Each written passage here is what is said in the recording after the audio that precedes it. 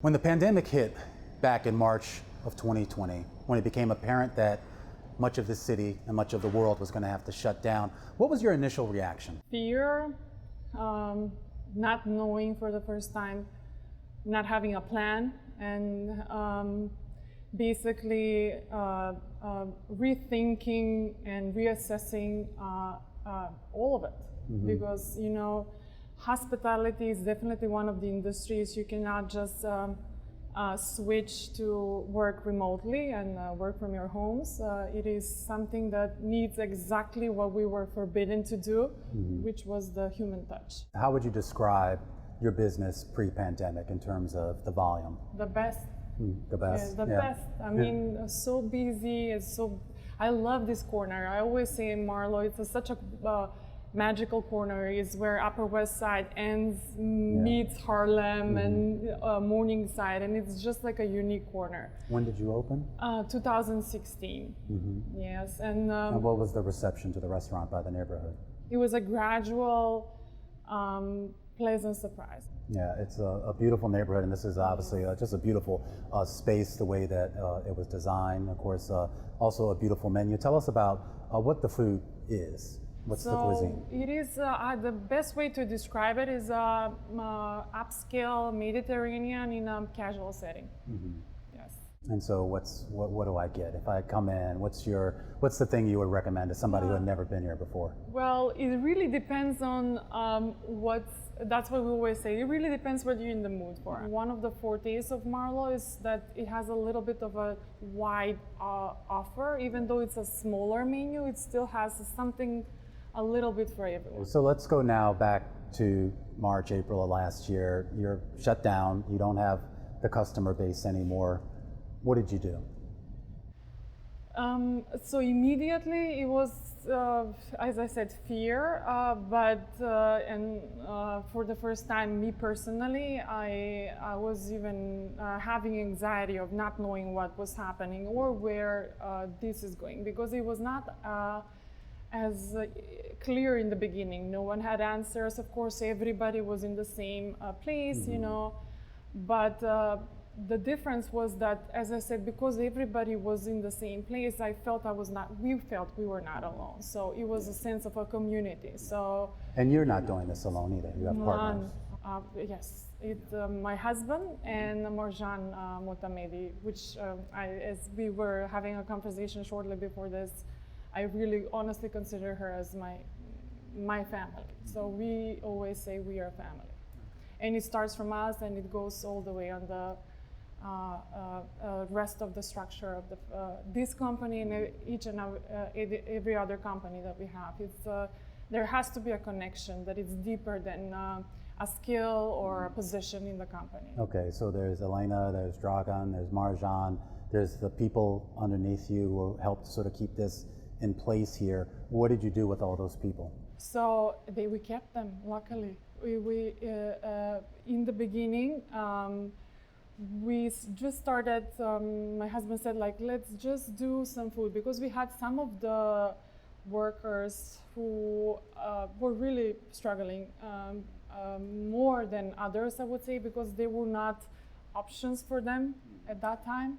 And because when you see fear in someone, and that is a reflection of your own fear, you just don't want to admit it.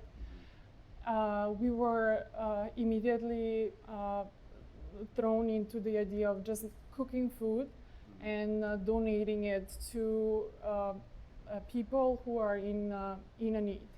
So it made them feel that they're working, so you're not focusing on thinking on the problem, you know, or seeing the situation, because all they were talking about, it was, as you recall, was COVID. So it gave us a good feeling, and we started from there. So you say you kept cooking and donating the food. Who were you donating it to? So first we started with the fire departments, our local Upper West Side fire departments, who were amazing. They were all the time out there. The police departments as well, both on the Upper West Side. and the Morningside Hospital, Mount Sinai, the emergency center. And it's interesting because in the beginning it was so bad. The way we were even dropping the food was like by really strict protocol. It was like no one was touching it. We would leave it to a specific place. They would roll it in.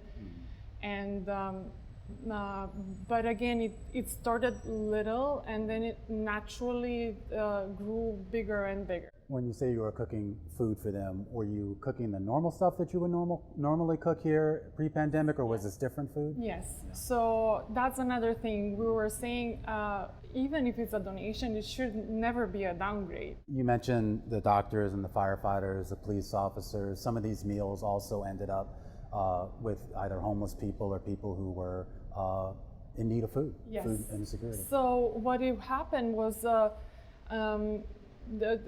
we have another location, which is the 89 on Broadway. It's Cibo e Vino. We have more elderly groupation on that area. So they were people who would call and ask help for their, for example, parents who live in New York, but they live abroad.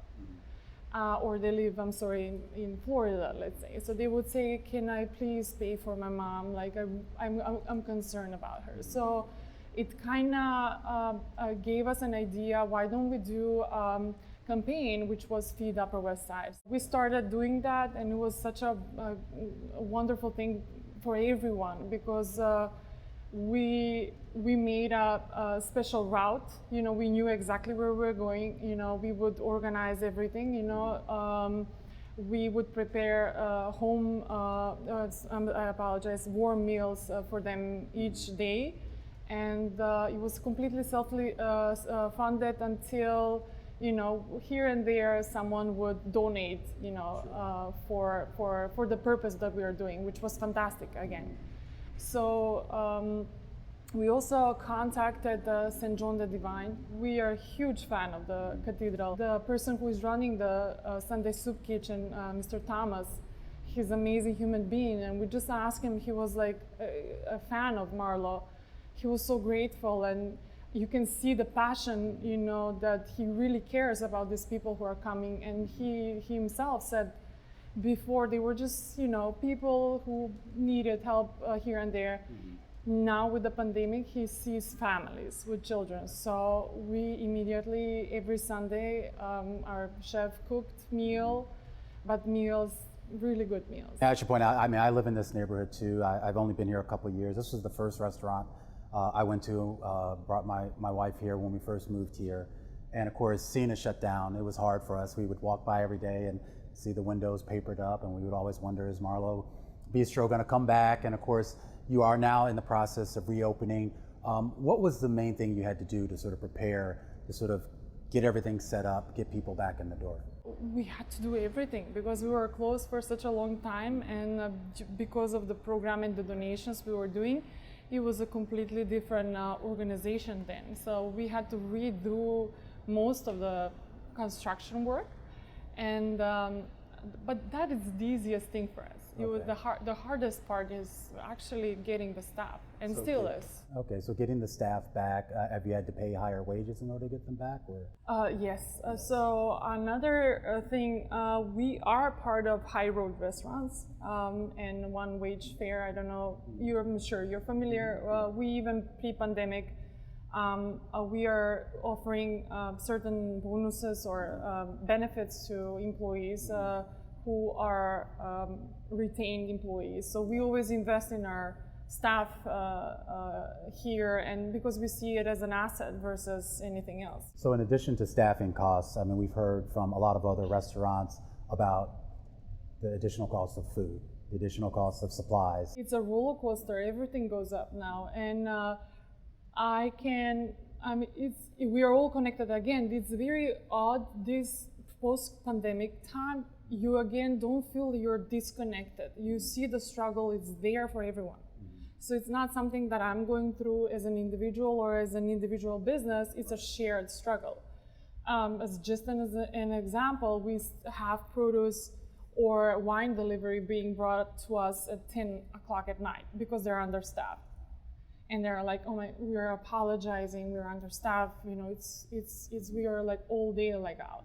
So you feel it. There is an understanding what is happening right now, and which is an understanding maybe amongst us in the industry, but we're hoping that the patrons as well, because you do want to provide them the same service, the quality you were before pandemic, but it is harder.